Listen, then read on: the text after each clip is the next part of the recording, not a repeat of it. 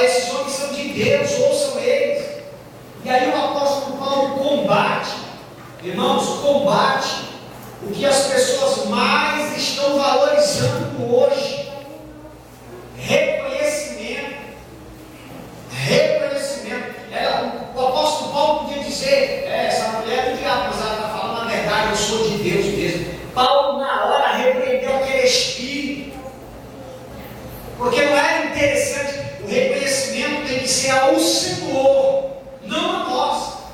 Que tem de igreja mutilada, porque tem um povo choramingando pelos campos, querendo ser visto, querendo ser reconhecido, querendo ser ocupado dentro da igreja.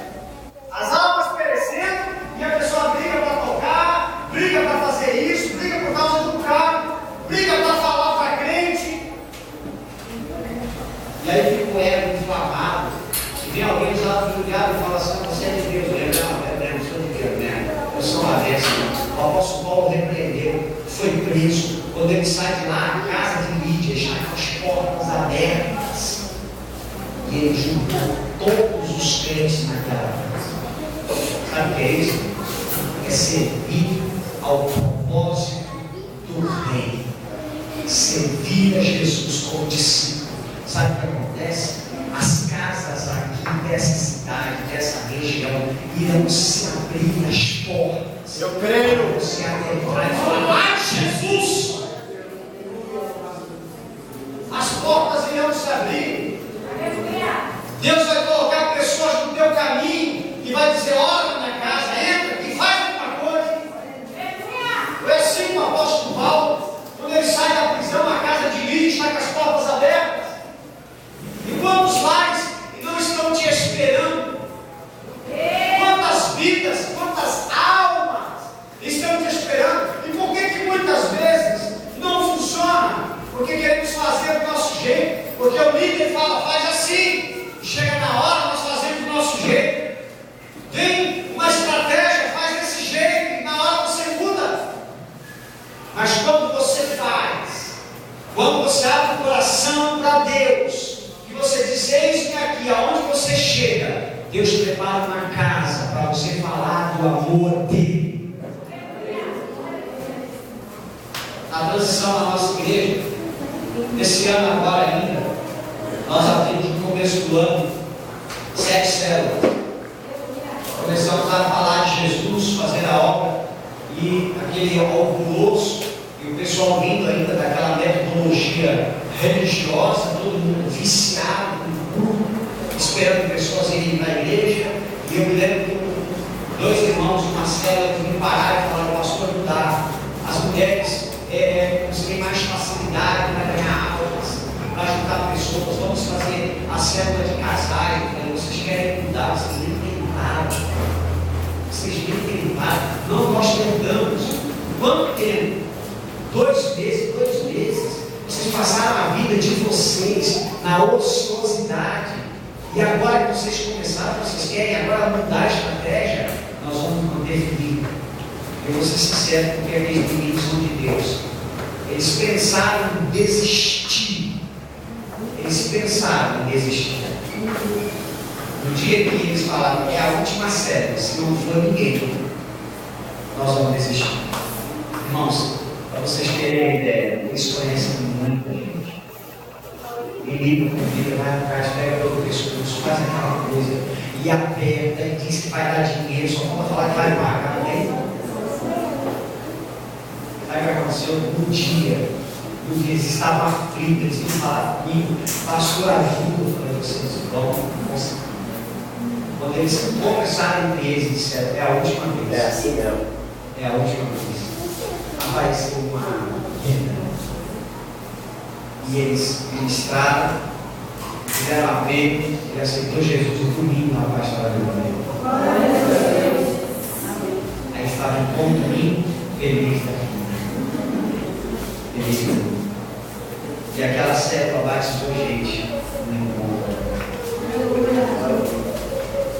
Não podemos desistir da vontade de Deus, temos que desistir da nossa. Pai. Temos que desistir de fazer do nosso jeito. Jeremias capítulo 18, versículo 1.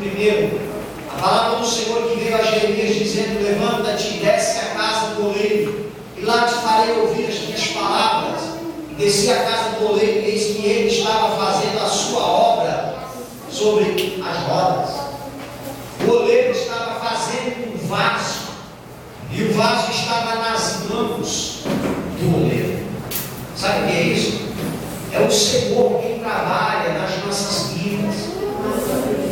A nossa vida, a sua vida está sob domínio, controle. Deus tem controle sobre o teu chamado, sobre a tua vocação.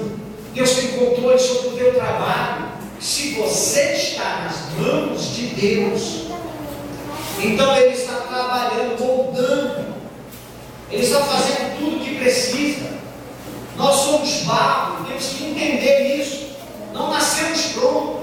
Não existe essa coisa de tem pessoas que têm uma luz diferente. Olha aqui para mim, por favor, presta atenção. Tem pessoas que acham que é igual ao futebol. Eu tinha que ser o Romário porque ele é diferente. Eu tinha que ser o Zico porque ele é diferente. Igreja, todos têm a mesma oportunidade. Todo mundo tem, todos dentro da igreja têm o mesmo Espírito, que é o Espírito Santo de Deus. Aleluia. Todo mundo aqui é igual. É a entrega. É a entrega, não dá. Se você não tem resultados, você tem que mudar o seu trabalho, melhora ele, se dedique mais, se aplique mais para mudar os resultados, para você alcançar aquilo que você quer alcançar, vidas para Deus, para você entrar na sua célula dela cheia de vidas, todas famintas por Jesus. É incrível que a sociedade está oferecendo, precisando de Deus. É incrível que nós conhecemos centenas e centenas e centenas de pessoas que precisam de Deus. A nossa luta é trazer elas para Jesus, é abrir a casa, é falar do amor dele. E só os discípulos conseguem. Porque se você quiser diferente disso, você vai se tornar um mero membro. Mas quando você entende, você foi chamado por Deus, você está enxertado na videira, você está ligado em Cristo, você vai dar frutos. Eu quero deixar essa palavra profética para a sua vida. Você vai frutificar. Amém. Eu creio. Eu vou frutificar. Eu vou frutificar. Fala para quem está do seu lado. Você vai frutificar. Você vai frutificar. Mateus 10:24. Não é o discípulo mais do que o mestre, nem o servo mais do que o seu senhor. Basta ao discípulo ser como o seu mestre, ao servo como o seu senhor. E se chamaram Beelzebul, ou pai de família, quanto mais os seus domésticos. Está aqui o nosso padrão de excelência, Jesus Cristo. Glória a Deus. Nós temos que ser igual a Jesus. Mas no que, pastor? Ser igual a Jesus. Falar do amor de Deus indiscriminadamente para todos, em todo lugar, toda hora, todo tempo. Nós temos que trazer isso para o nosso dia a dia. Você tem uma missão nessa terra. Você tem um chamado de Deus. Você foi chamado para ganhar almas, vidas. Você não foi chamado para fazer qualquer outra coisa. O teu talento é a tua inteligência que Deus te deu. O maior dom que o homem tem chama-se comunicação. Fala, quer ouça, quer deixe de ouvir. Jesus, ele apregoava o amor de Deus em todo o tempo. Em João capítulo 4, para vocês terem uma dimensão, quando ele se afasta 1 quilômetro, quando ele ia descer para Jerusalém, para no tanque de Jacó, era aproximadamente meio-dia. Os discípulos vão comprar comida e deixam Jesus no tanque de Jacó. Para os discípulos era só uma coincidência. Presta atenção nisso. Para os discípulos é obra do acaso.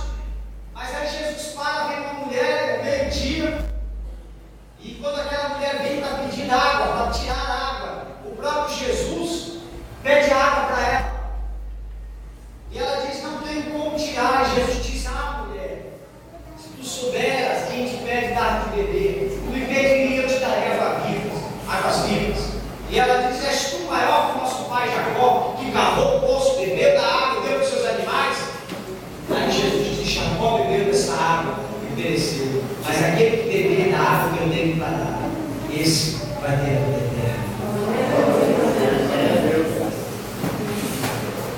Jesus disse para aquela mulher: se conheceras o dom de Deus, irmãos, nós conheceras a prosperidade de Deus, nós conheceras a cura de Deus.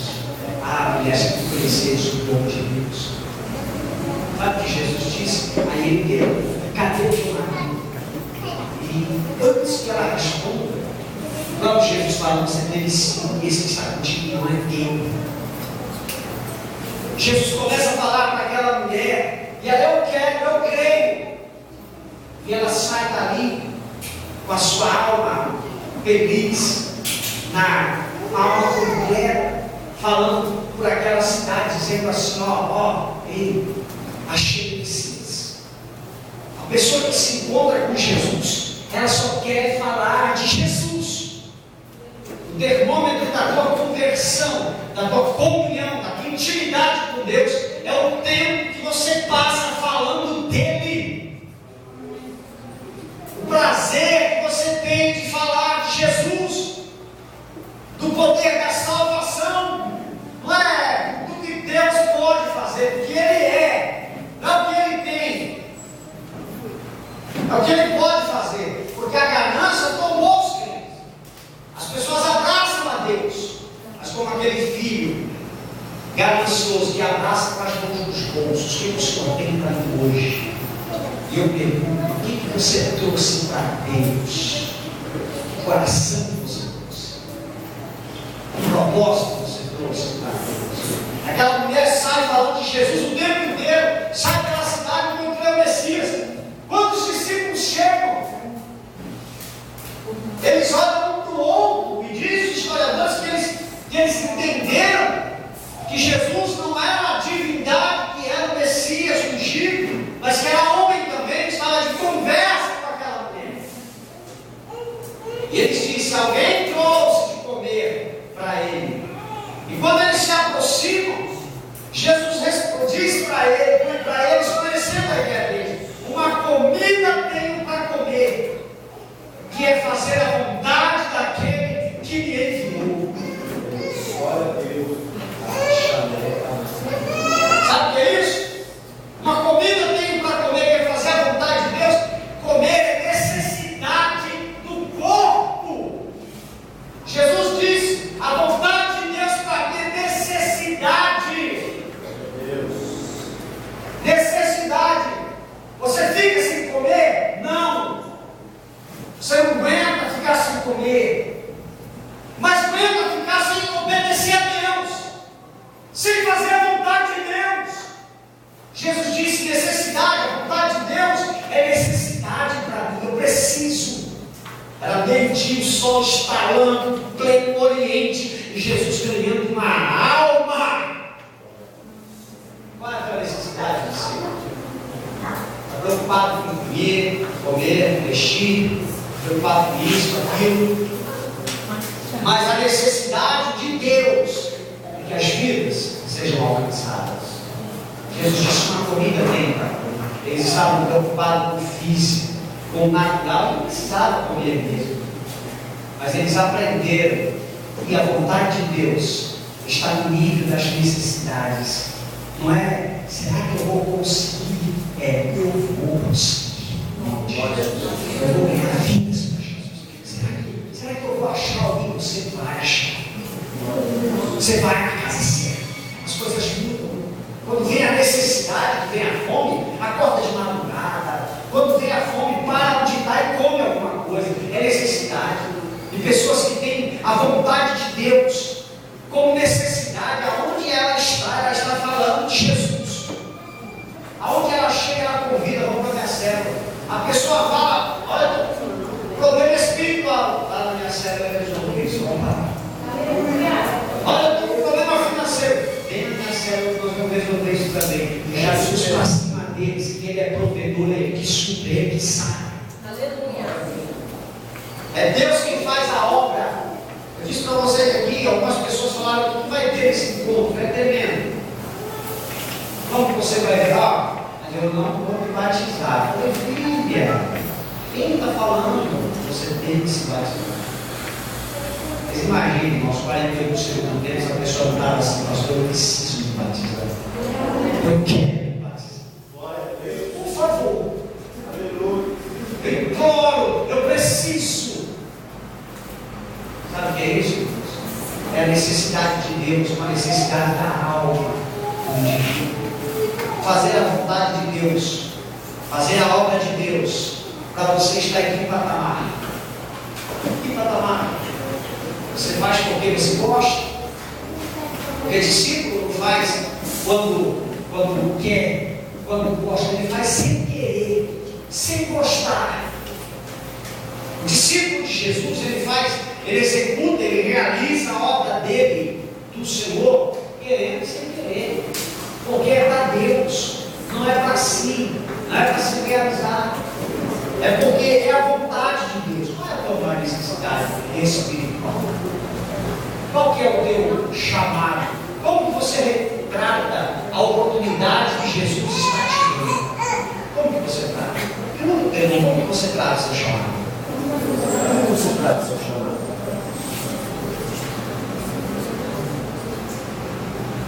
Em algum momento você já começou o dia dizendo: eu preciso ganhar uma alma para Jesus hoje. Alguma vez você já levantou durante a semana e fez uma pré-lista de quantas pessoas você vai atacá-las para tirar das trevas e colocar no céu? Você já imaginou que pessoas vão às centenas para o inferno e o máximo que nós fazemos é ficar triste? Uma pré-lista, selecionando pessoas. Eu vou ganhar você para Jesus. O irmão da nossa igreja está em transição, está fazendo pós-encontro, e ele já chegou, eu fiquei tocado, surpreendido, porque ele chegou e falou: pastor, eu já tenho uma lista das pessoas que eu vou ganhar para Jesus. Eu preciso. Porque isso é gerado por Deus. O discípulo, ele vai ter na sua índole a vontade de Deus como primazia. Nós vamos erradicar com o orgulho dentro da igreja, com o salto alto, com a disciplina, com a rebeldia, quando a vontade de Deus for total em nossos corações. Você vai ver as pessoas dizendo umas para as outras: eis o que aqui, Senhor, eis o que é a minha vida. A tua vida não pode passar, irmãos, no vazio, em branco. A tua vida, a tua existência, ela não pode, você não pode existir somente para pagar a conta, para trabalhar, para dormir, para comer. Você não pode se limitar somente a isso. Tendo o Deus que você tem, sendo batizado, sendo casa, morada do Espírito Santo, você se limitar a coisas terrenas. Tem um menino na arca e ele foi gerado através de um testemunho de vida. Um homem aproximadamente, se não me falha a memória, é possível que se corrija isso com precisão, não muito velho, e veio uma enfermidade antes de morrer, teve uma preocupação muito grande, ele orou muito a Deus para que ele não morresse, porque ele fez uma reflexão na sua vida, e ele compôs um dos hinos da água, eu não sei se ele tem outro, que é um hino muito conhecido, chama-se posso ter com as mãos vazias, com Jesus eu me